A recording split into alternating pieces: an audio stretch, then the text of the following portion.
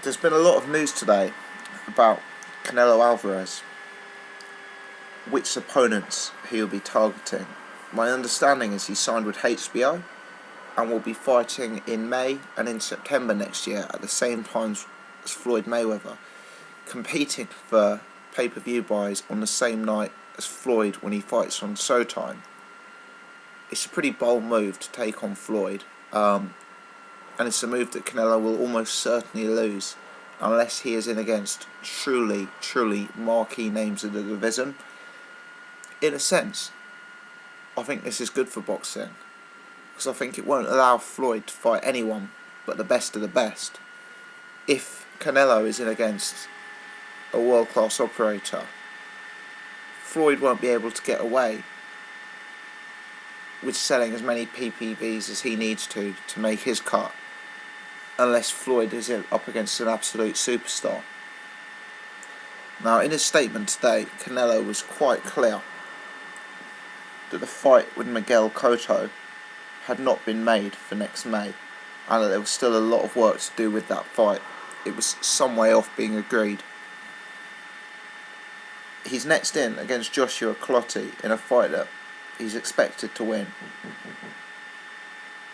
After that, he'll be fighting next May in the Cinco de Mayo night at the same time as Floyd Mayweather. And 3 names have been mentioned other than Miguel Cotto.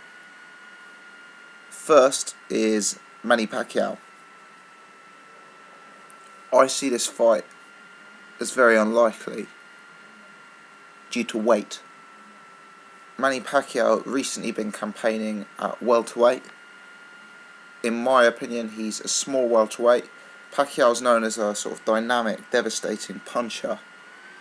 We've seen that fade from his game at welterweight because he doesn't carry the power that Pacquiao's known for at lower weights, fighting in the 10 stone 7 division. Count me among the group who think that Pacquiao would be more effective at light welterweight. I think his power and his effectiveness would go up in that division. So I think Pacquiao, and I know from an interview with Freddie Roach, his trainer, he perhaps agrees with me. So I think at a time where Pacquiao is being advised by those close to him to move down a weight, the idea of fighting Canelo Alvarez at light middleweight, when Alvarez is a big light middleweight who often struggles to meet the weight, I view it as a fight that simply isn't realistic. I know Pacquiao's fought before at a heavier weight, but I don't see it happening at this stage of his career. Absolutely not. The second name is Chavez Jr. Again, this is a fight that I just can't see happening.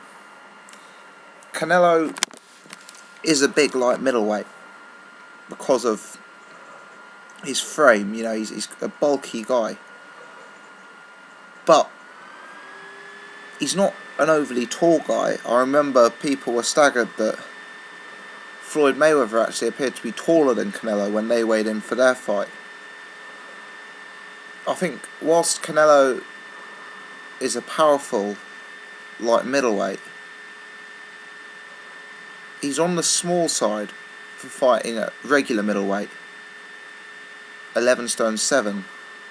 He doesn't have the height and the reach of some fighters who we've seen campaign at middleweight. Chavez Jr. is a guy who has routinely struggled with his weight. There's often talk about him ballooning up to cruiserweight. He famously missed weight when he fought Vera. He's currently ranked by the WBC at super middleweight, and it's unclear with his height and with his frame whether he'll actually find a home at super middleweight. This is despite the fact he's previously been a middleweight champion, but it may be that super middleweight is too small for Chavez Jr. these days. Now, with the comments I've made that I don't view Canelo Alvarez as a correctly sized middleweight in terms of his height and his frame and his reach, I think in all likelihood Chavez Jr. is going to be just too big, too heavy, too tall, and I don't see that fight realistically being made due to weight division.